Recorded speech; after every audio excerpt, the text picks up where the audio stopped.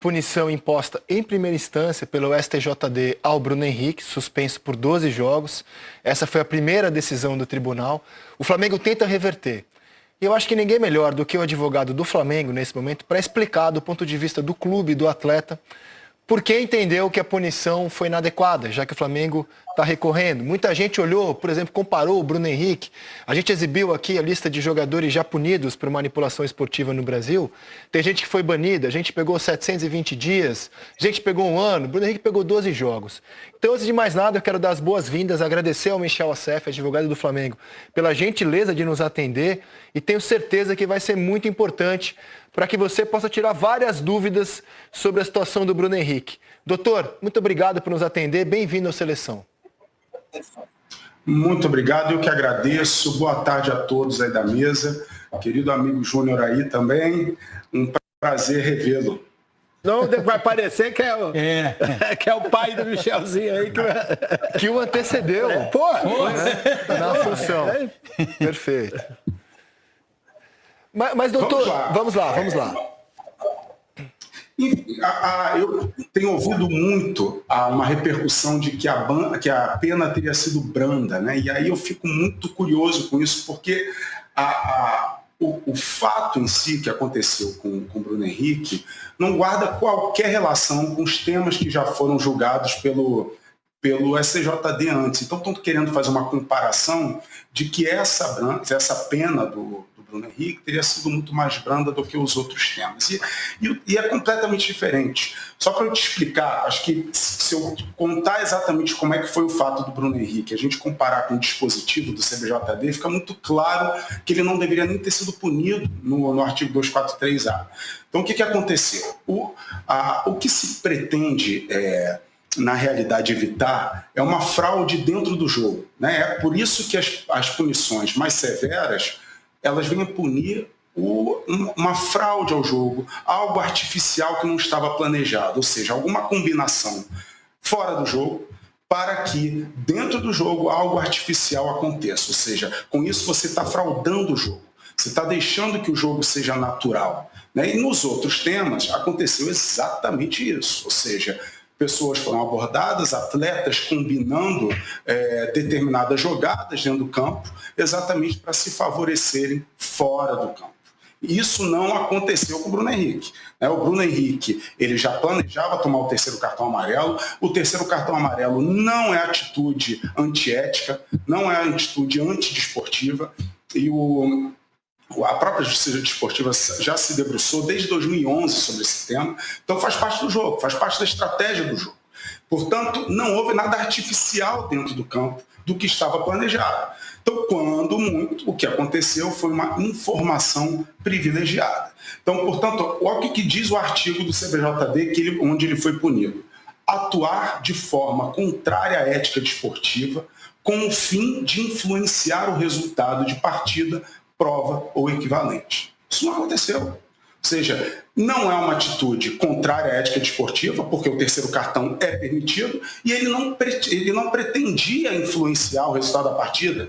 Ele queria tomar um terceiro cartão para ficar fora do jogo contra o Fortaleza e poder jogar contra o Palmeiras. Então, o que ia acontecer se ele não levasse aquele terceiro cartão ali, o Flamengo já ia deixar ele de fora contra o Fortaleza para não correr o risco dele levar um terceiro cartão exatamente no jogo contra o Fortaleza. Então, o que você faz? Provoca o terceiro cartão, fica de fora e joga contra o Palmeiras. Então, quando muito, foi uma informação privilegiada e não há um dispositivo no CBJD que venha punir uma atitude dessa. O que há é no RGC, lá de 2023, que é o RGC da época, que o artigo 65 proíbe, diz que é uma atitude ilícita compartilhar informação sensível, privilegiada ou interna. Então, quando muito, não estou dizendo que essa informação foi privilegiada, até isso eu venho rebater, porque a informação privilegiada, ela de fato tem que ser algo que você nem espera, né? Ou seja, qualquer conhecedor mediano de futebol sabia que ele ia levar o terceiro cartão naquele jogo. Mas, enfim, não quero entrar nessa discussão. Mas a previsão para esse tipo de situação é punida pelo artigo 191, inciso 3º, que é descumprir regulamento do campeonato. Que foi o que aconteceu, que é punido com multa. Não é punido com suspensão. Então, tentar criar algo, ou seja, o que está acontecendo é uma marola de que a pena foi branda, porque estão comparando com os fatos anteriores e não tem absolutamente nada a ver. Como eu disse aqui, esse fato não se enquadra nesses dois dispositivos, nem 243, nem 243A. Ele se enquadra, sim, ao que está previsto no RGC. E descumprimento de regulamento é punido pelo artigo 91, que é multa. Então, basicamente é isso. E ainda tem uma discussão da prescrição, né? Que isso a gente ainda vai chegar lá. Então, Michel, acho que você foi muito claro, mas eu quero ir um pouco além, explicar para a nossa audiência alguns conceitos que você trouxe aqui ao programa. Então, quando a gente rodou na sexta-feira, inclusive, outras penas de jogadores punidos no STJD por manipulação esportiva, por causa do Aleph Manga, por exemplo, que foi suspenso por 360 dias mais uma multa. O Bauerman, a mesma coisa, 360 dias mais multa. O Igor Cariús também, 360 dias mais multa. Nino Paraíba, 720 dias. Paulo Miranda, 720 dias. Tony Anderson, multa. Vitor Mendes, 720 dias. O Igor Catatal, inicialmente banido e depois liberado pelo STJD. Esses atletas comprovadamente receberam dinheiro de apostadores, máfia de apostadores, para manipulação esportiva, ou seja, tomar cartões que favoreciam apostadores. O que você está colocando aqui no caso do Bruno Henrique foi uma orientação do clube, ele não prejudicou o clube dele, né? Tome cartão nesse jogo, não era algo o qual o Flamengo tenha sido surpreendido, tome um cartão nesse jogo, coisa que virou beabá no Brasil, ou seja, não tem uma fé do jogador em relação ao atleta. E quando você coloca suposta informação privilegiada, e quem vai decidir isso é a justiça, né? Porque o Bruno Henrique responde por isso na justiça comum. Se o fato de supostamente, eu digo supostamente porque não cabe a mim dizer se ele é culpado ou inocente, é a justiça que vai decidir. Então, do Bruno Henrique supostamente ter avisado familiares, vou tomar um cartão, pode apostar, porque está combinado com o Flamengo que eu vou tomar um cartão. Essa frase, por exemplo, vou tomar um cartão, não aparece em nenhum momento nas investigações. Tem uma pergunta e uma resposta afirmativa. Sim, mas é disso que ele é acusado. Sim. Mas eu estou dizendo que a frase em si, né? Pode apostar que eu vou tomar um cartão, eu vou tomar. Não está no. Perfeito. E quem vai decidir isso é a justiça, né? Perfeito, Michel. Cometi alguma imprecisão aqui em relação ao que falei sobre o caso? Não cometeu nenhuma imprecisão, é isso mesmo, ou seja, a pena grave é exatamente para evitar que algo artificial aconteça no jogo, algo que tenha sido combinado fora das quatro linhas, e aí sim fazer uma alteração do que seria algo natural no jogo. O que não é essa nem a acusação, nem isso ele está sendo acusado. Inclusive, a Procuradoria da Justiça Desportiva, ela pede subsidiariamente a condenação exatamente no artigo 191. Ela pede, óbvio, artigo 243, 243A, e caso assim não entenda a Justiça Desportiva, que então considere que essa informação privilegiada está prevista no RGC e, portanto, tem que ser punido pelo artigo 91, que é descumprir o regulamento. A própria Procuradoria admite isso. Então, é exatamente o que você disse. E para finalizar de minha parte, antes de passar a bola para o PC, eu te pergunto, caso, né, hipoteticamente, se confirme essa informação privilegiada, e insisto, isso é quem vai decidir é a justiça, não é a gente aqui. O Flamengo tem posição sobre isso? Por exemplo, se condenaria o Bruno Henrique por isso? Se daria alguma punição a ele? E nem sei se você responde sobre isso ou se é algo ligado ao departamento de futebol, mas eu te pergunto, já que estamos ao vivo aqui conversando sobre isso. Caso a hipótese de informação seja confirmada, se o Flamengo tem posição sobre o tema. O Flamengo, é óbvio que isso é uma decisão da diretoria de futebol, diretoria jurídica, não cabe a mim, que sou advogado externo do clube. Mas o Flamengo, todo início de temporada, como fizemos inclusive esse ano, estou junto com o departamento, a gente faz uma palestra com esse fim. Tá? Então, o doping, esse ano a gente falou muito do doping e da manipulação de resultado. Obviamente que o Flamengo rechaça qualquer tentativa, a gente deixa muito claro isso para os jogadores, isso é proibido e é óbvio que pode ser tomada alguma providência dentro do clube, não sei nesse caso específico. O Flamengo, como disse, fez questão de estar na defesa do do Bruno Henrique, porque entendeu a situação. Tá? Entendeu que, na verdade, aquilo ali era algo esperado e que, portanto, não, o terceiro cartão que eu digo, né, era algo que o Flamengo mesmo esperava, ou seja, a acusação estava passando do limite e precisava que o Flamengo desse as mãos a ele nesse tempo. Obrigado, doutor. PC? Doutor Michel, boa tarde. Em relação a essa questão na esfera esportiva, a impressão que eu sempre tive é que os argumentos utilizados pelo senhor na defesa foram perfeitos, inclusive pela distinção entre alguém que recebeu dinheiro para intencionalmente receber um cartão amarelo e alguém que seguiu apenas uma diretriz do Departamento de Futebol do Clube. Porque essa distinção tem que ser feita e em tempos de redes sociais elas não são feitas. Coloca-se tudo no mesmo liquidificador e aí rende polêmica e vamos nessa. Agora, em relação à justiça comum, onde há também um processo, qual vai ser a estratégia? Ou é a mesma estratégia ou haverá pontos diferentes na abordagem da defesa do Bruno Henrique?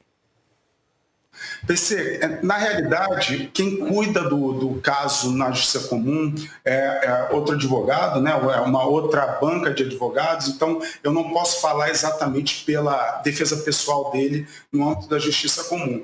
Mas é óbvio que o que vai se... o que tem que ficar muito claro é trazer a realidade dos fatos e não tentar criar algo distinto do que de fato aconteceu. O que aconteceu aqui e que está sendo narrado, inclusive dentro do relatório do delegado de polícia, que ele fala, no relatório dele ele fala 14 vezes informação privilegiada. Ou seja, o que aconteceu, segundo ele, segundo as investigações, foi uma informação privilegiada. No âmbito desportivo, a informação privilegiada, ela não tem previsão legal de suspensão específica, portanto, é um descumprimento de regulamento e deve ser aplicado o artigo 191, quando muito. Tá? E na Justiça Comum, eu acho que é muito importante que esse fato é que seja julgado. Né? Ou seja, houve ou não houve uma informação privilegiada e não uma manipulação de resultado. Tá? Então, essa é a diferença dos outros fatos. Manipulação de resultado é quando você traz algo artificial para dentro do jogo e com o fim de favorecer a si ou a terceiro. E que não foi o caso aqui, ele não está sendo acusado disso. Doutor Michel, depois da divulgação da decisão, né, em primeira instância, a gente acompanhou nas redes sociais, e até profissionalmente mesmo falando, muita gente comparando os dois fatos, né? Estamos tratando do tema aqui e o senhor já deixou claro que não tem nada a ver, né, o assunto referente aos jogadores que receberam a punição quando estouraram os primeiros casos de manipulação de resultados. O senhor teme que isso, de alguma forma, possa influenciar a decisão do tribunal, em segunda instância? Pergunto porque é um final de campeonato brasileiro, né? A gente tem aí o Flamengo disputando o título brasileiro com pelo menos duas equipes interessadas diretamente. E a gente sabe o que isso acarreta, né, em termos de manifestação popular. Então, dentro da sua experiência no tribunal, o senhor considera que isso pode afetar de alguma maneira a decisão? Olha, eu espero que não. Eu confio muito na justiça esportiva, nos auditores do Pleno. Acho que eles têm toda capacidade de compreender que esse fato é completamente distinto dos outros. Acho que eles têm... eu confio que eles deverão aplicar o que de fato prevê o regulamento e o CBJD para um tema como esse. Então, é claro que me preocupa, né, essa onda de que a pena foi branda, até porque acho que é importante que o público entenda, né? Ou seja, para fazer um julgamento é preciso de fato entender. E às vezes o que é tratado dentro do tribunal é muito técnico, né? Então a gente traz uma defesa que às vezes o público não consegue compreender. Então é muito importante esse espaço aqui também, que quem sabe, quem esteja ouvindo, consiga compreender a diferença do fato anterior, compreender que manipulação de resultado, tentar alterar o que de fato vai acontecer dentro do resultado, dentro da partida, isso sim que é a pena mais grave. Isso realmente há a previsão do CBJD. O que aconteceu com o Bruno Henrique, que eu nem admito que seja uma informação privilegiada, isso faz parte da minha defesa, tendo em vista que é uma informação que como eu disse, né, qualquer entendedor de futebol poderia imaginar que isso ia acontecer. Mas eu não quero discutir isso aqui, até porque isso vai ser uma discussão interna também do clube. Mas acho que é importante, acho que esse espaço é importante para fazer com que o público e a mídia entendam que, pelo contrário, a pena não foi branda, a pena ela foi exagerada no nosso entendimento. Michel, primeiro eu acho que para a gente, leigo, né, eu acho que foi importantíssimo esses esclarecimentos, porque como disse Paulinho, se coloca tudo no liquidificador e parece que é sempre a mesma coisa. O que mais me chamou a atenção é que não teve realmente, o Bruno Henrique não usou de todas dessas situações para que ele fosse beneficiado de alguma forma, diferentemente dos outros atletas que foram punidos, né? Porque eles fizeram e criaram as situações exatamente para que eles fossem beneficiados. E parece que o Bruno Henrique não foi beneficiado em nenhum momento e não teve essa intenção de ser beneficiado. Mas, de qualquer forma, eu acho que esse esclarecimento teu e de toda a equipe, eu acho que foi importante para que nós, leigos, pudéssemos entender e pudéssemos, na verdade, olhar as diferenças entre casos, né? Para que não fosse colocado tudo no mesmo lugar. E acrescento, doutor, uma pergunta ao senhor. Primeiro, assim, a gente vive a era da opinião. Todo mundo hoje tem opinião antes mesmo de ter informação sobre as coisas. Não, informação está em segundo plano. O que importa é opinar. Então eu acho que assim, foi muito importante. Aliás, falei isso na sexta-feira aqui. E foi o programa que motivou o nosso contato, né? Que eu acho que antes de julgar, a gente deveria informar sobre o caso. Eu acho que o senhor fez muito bem do ponto de vista do Flamengo, do atleta. Eu acho que todo mundo aqui entendeu perfeitamente o que está em jogo. Mas eu queria perguntar para o senhor o seguinte. Na legislação brasileira hoje, esportiva, não tem especificamente o artigo da manipulação esportiva, né? E me parece que isso é um problema para se adaptar aos tempos atuais do esporte, né? Já que esse é um grande mal hoje do esporte mundial. Se o senhor acha necessário, porque hoje eles são julgados por atentar contra a ética. Qualquer coisa é atentar contra a ética, é muito aberto esse item, né, no nosso Código Brasileiro de Justiça Desportiva. Se o senhor acha que é importante que a gente seja mais específico, né? Tenha um código específico para manipulação esportiva e um também para a informação privilegiada, ou se o que tem já basta na opinião do senhor? Eu não concordo plenamente, tem que ter uma alteração, sim. Há uma necessidade de adequação do CBJD à realidade, né? Hoje a aposta esportiva é uma realidade e que é necessário, sim, uma adequação.